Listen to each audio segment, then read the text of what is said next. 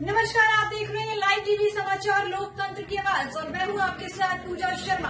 हम आपको दिखाएंगे हर क्षेत्र से जुड़ी सारी अहम खबरें। तो चलिए रुक करते हैं खबरों की ओर। पहली खबर आ रही है सोनभद्र रेणुकूट से, जहां नौकरशाही आज कितनी निरंकुश है और बेलगाम हो गई है, इसकी बानगी देखना हो तो जनपद के पिपरी स्थित सिंचाई विभाग के रिहंद खंड में आइए, जहां संवेदनहीनता की पराकाष्ठा है। पिपरी निवासी गुरु कृपा ट्रस्ट के संचालक व समाज सेवी प्रवीण चंद्र पांडे ने जनपद के अपर जिलाधिकारी को पत्र भेजकर नौकरशाही की मनमानी एवं भ्रष्टाचार की शिकायत एक बार फिर से की है।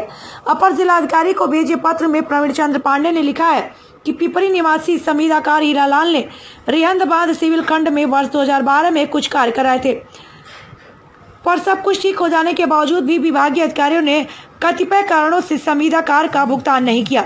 मजबूर होकर संविदाकार को वर्ष 2016 में माननीय न्यायालय की शरण लेनी पड़ी। न्यायालय ने लगभग एक वर्ष बाद वर्ष 2017 में 30 दिनों के अंदर मैं ब्याज भुगतान का आदेश भी दिया। कोर्ट के आदेश के बावजूद संविदाकार का भुगतान नहीं हुआ, जिससे वह पैसों की कमी के चलते 2017 में ही चल बसा। संविदाकार हीरालाल की मृत्यु के बाद उनके पुत्र संतोष विभाग का चक्कर लगाने लगे, मगर नौकरशाही के आगे उनकी एक नहीं चली और भुगतान फिर भी नहीं हुआ। कुछ माह पूर्व जब वह वर्तमान अधिशासी अभियंता पंकज पाड़ी शुक्ला से मिले, तब उन्होंने कहा कि जाकर विभाग के सहायक अभियंता अजय पांडे से मिलो, तुम्हारा भुगतान हो जाएगा। इस संबंध में जब वह सहायक अभियंता से मिले तो उसका आरोप है कि उसमें 15% कमीशन की मांग की गई। यह सुनते ही संतोष ने बताया कि उसके घर खाने के लाले पड़े हैं, तो वह कमीशन का भुगतान कैसे करेगा।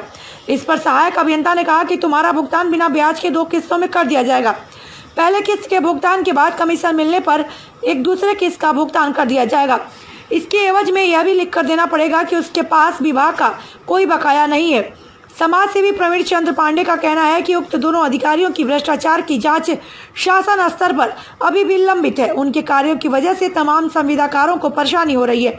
इसके बावजूद उनका हस्तांतरण या उन पर कोई कार्रवाई नहीं की जा रही है। उन्होंने जनहित में तत्काल उक्त दोनों अधिकारियों पर कार्रवाई की मांग की है।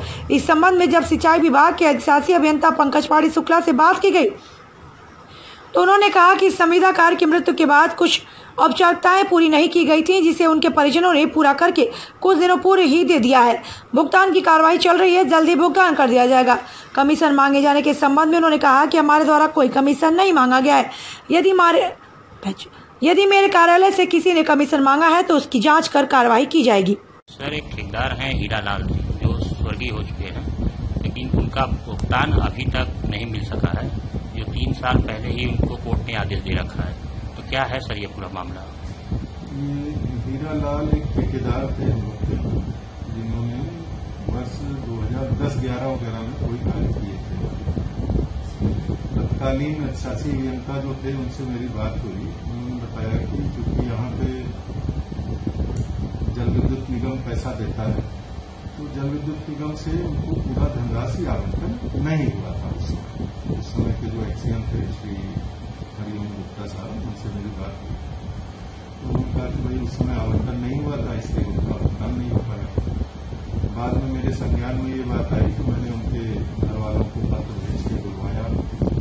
उनका कोई ठेकेदार की डेथ के बाद प्रोविजन ये रहता है कि आपस में भाई बहन और उनके भी जो भी वारिसान हैं वो लोग आपस में अपना एक। क्या नाम है आपका? मेरा नाम संतोष कुमार, सन ऑफ स्वर्गीय श्री हीरालाल। क्या है पूरा मामला आपका? मामला हमारा ये 2012 से सिंचाई विभाग में हमारा पिताजी का जो है पेमेंट रुका हुआ है। पिताजी काफी समय से सिंचाई विभाग में ठेकेदारी का कार्य कर रहे थे, तो 2012 से उनका पेमेंट रुका हुआ है, जो कि उसके चक्कर में काफी जो है हम लोग दौड़ भाग किए, ऑफिस दौड़ते रहे लगातार, लेकिन पेमेंट के लिए कोई सुनवाई नहीं हुई। फिर उसके बाद धीरे धीरे पिताजी की तबीयत खराब होने लगी। हम लोग फिर भी ऑफिस दौड़ के जाते रहे कि तबीयत खराब हो रही है, पैसा जो है समय से दे दीजिए ताकि इलाज करा सकें। उसके बाद भी पेमेंट नहीं हुआ। फिर तबीयत ज्यादा खराब होने के बाद बनारस बीएचयू ले गए पिताजी को, वहां जो है कैंसर की पुष्टि हुई। फिर लेके आए भागे भागे, फिर उसके बाद ऑफिस गए, वहां फिर बताया कि कैंसर हो गया है, कृपया जो है पेमेंट कर दिया जाए ताकि हम समय से इलाज करा सकें, इनकी जान बचा सकें। उसके बाद भी पेमेंट नहीं हुआ। उसके बाद धीरे धीरे करते करते जो है पिताजी ने कहा कि ऐसा है कि अगर पेमेंट नहीं करेंगे तो हम कोर्ट का शरण लेंगे, न्यायालय का शरण लेंगे। उसके बाद न्यायालय का शरण भी हम लोगों ने ले लिया। 2016 में। 17 में जो है न्यायालय का आदेश भी आ गया, जो कि हमारे पास है न्यायालय का आदेश। उसमें साफ साफ लिखा है कि जो है मूलधन के साथ साधारण ब्याज के साथ जो है इनका पेमेंट 6,88,000 समथिंग कुछ जो है कर दिया जाए। उसके बाद भी 10/7/2017 को न्यायालय का आदेश आ गया था। खबरों की दुनिया में फिलहाल इतना ही। मुझे दीजिए इजाजत। हर छोटी बड़ी खबर के लिए जुड़े रहिए हमारे चैनल लाइव टीवी समाचार के साथ। लाइक करिए, सब्सक्राइब करें और हर ताजा अपडेट के लिए दबाना न भूलें बेल आइकन। नमस्कार।